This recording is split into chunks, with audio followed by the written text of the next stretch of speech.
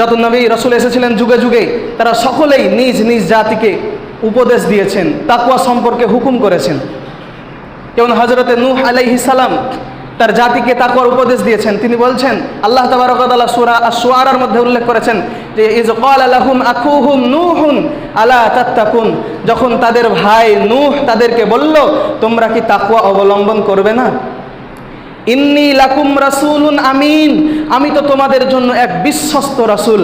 ফাত্তাকুল্লাহ, অতএব তোমরা আল্লাহকে ভয় করো। ওয়া আতিউন, এবং আমার আনুগত্য করো। হযরত নূহ আলাইহিস সালাম তার জাতিকে তাকওয়ার হুকুম দিলেন। হযরতে সালেহ আলাইহিস সালাম তার জাতিকে তাকওয়ার হুকুম দিয়েছেন।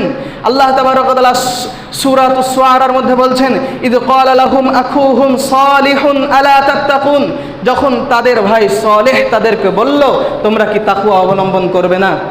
এইরকমভাবে হযরতে লূত আলাইহিস সালাম তার জাতিকে তাকওয়ার উপদেশ দিয়েছেন। সূরা আশ-শুআরার মধ্যেই আল্লাহ তাবারাকা ওয়া তাআলা বলছেন, ইয ক্বালা লাহুম আখুহুম লূতুন আলা তাত্তাকুন, যখন তাদের ভাই লূত তাদেরকে বলল, তোমরা কি তাকওয়া অবলম্বন করবে না? এরপর হযরতে শুআয়ব আলাইহিস সালাম তার জাতিকে তাকওয়ার হুকুম দিয়েছেন। আল্লাহ তাবারাকা ওয়া তাআলা বলছেন, ইয ক্বালা লাহুম শুআয়বুন আলা তাত্তাকুন, যখন শুআয়ব তাদেরকে বলল, তোমরা কি তাকওয়া অবলম্বন করবে না? ইন্নী লাকুম রাসূলুন আমিন, আমি তো তোমাদের জন্য এক বিশ্বস্ত রাসূল।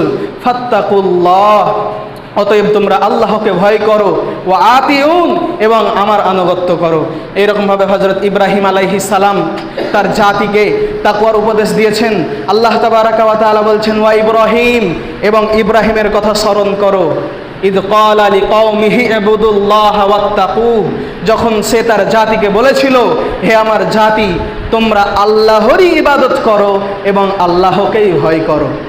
সম্মানিত উপস্থিতি, এরকমভাবে যুগে যুগে যত নবী রাসূল এসেছিলেন, তারা প্রত্যেকেই নিজ নিজ কওমকে, নিজ নিজ জাতিকে তাকওয়ার উপদেশ দিয়েছেন। এমনকি আমাদের নবী, বিশ্ব নবী জনাবে মুহাম্মদুর রাসূলুল্লাহ সাল্লাল্লাহু আলাইহি ওয়াসাল্লামও আমাদেরকে তাকওয়ার হুকুম দিয়েছেন।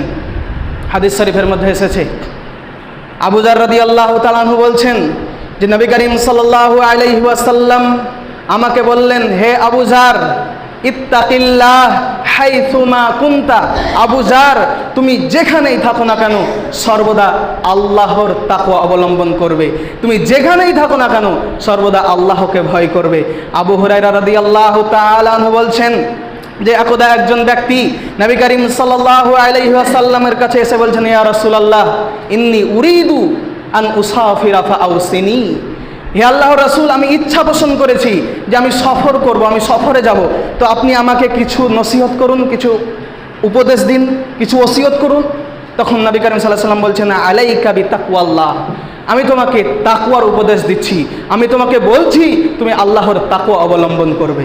সম্মানিত শ্রোতা মণ্ডলী, এরকমভাবে আমাদের নবী আমাদেরকেও বলেছেন, তোমরা আল্লাহকে ভয় করো, তোমরা তাকওয়া অবলম্বন করো। আর আল্লাহকে ভয় করো এর অর্থ হলো আল্লাহর আযাবকে ভয় করে যাবতীয় পাপ কাজ থেকে বেঁচে থাকো।